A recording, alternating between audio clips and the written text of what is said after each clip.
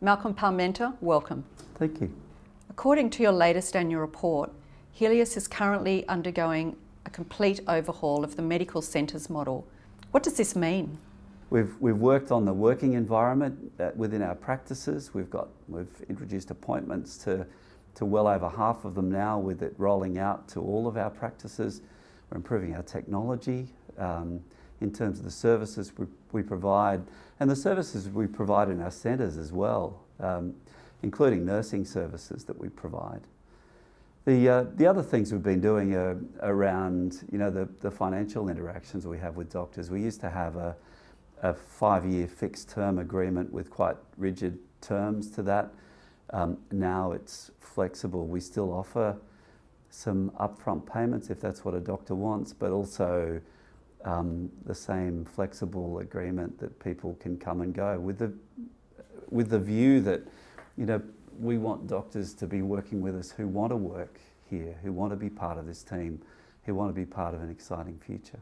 Tell me about your plans to invest in attracting smaller clinics to join the business. Look, we have 4 new greenfield sites that have come online in the last year and a half or so, which are growing at this time and growing quite quickly. Acquisitions in terms of smaller local practices that might want to be a part of this larger centre, absolutely. We have an absolute focus on that at the moment. We are still growing our Health & Co business though, which is a separate standalone medical centre group that we have, and so they tend to be mostly mixed billing practices, and so that's a different model to our bulk billing medical centre business. On a more general note, what do you think is the key to delivering efficient and effective healthcare, and what are your predictions for how it may look in the future? We have a very strong primary care system in Australia, so that's largely GP led, and it already functions very well. Look, my personal view is that we could do even better with primary care, but that's going to take further investment and putting in place the incentives for practices to be able to develop in the way they need to develop to deliver it. And there's plenty of evidence that supports a healthcare home model. The current model doesn't really work for a number of reasons. It's kind of the financial incentives for GPs to participate in it probably aren't where they need to be. But look, there's you can see the model starting to change. I think the concepts around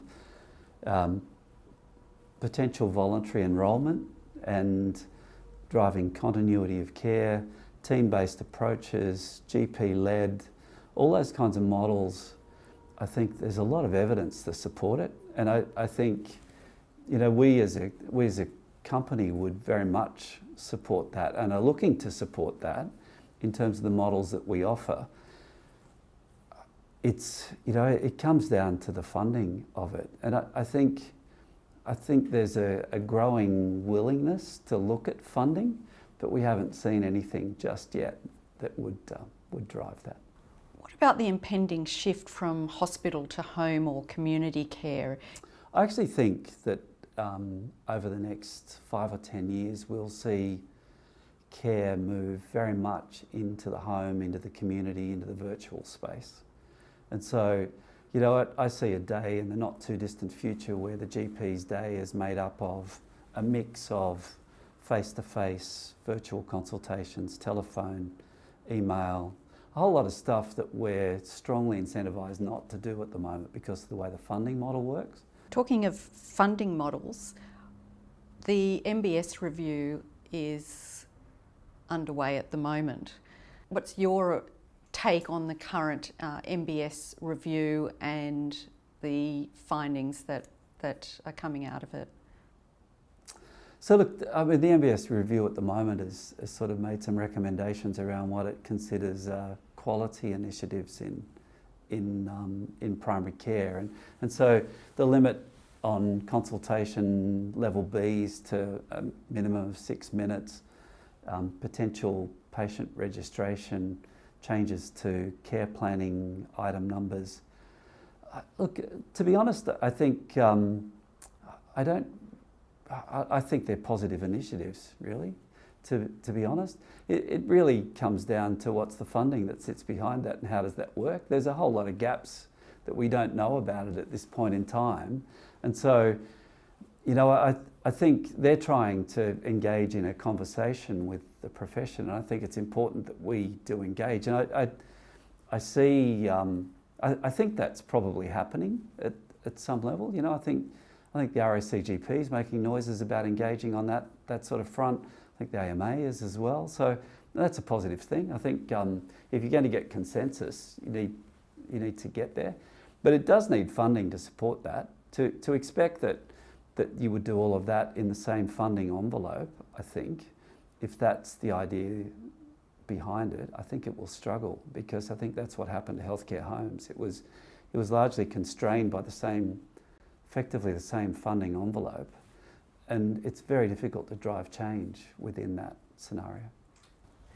Malcolm Parmenter, thanks for your time. You're very welcome.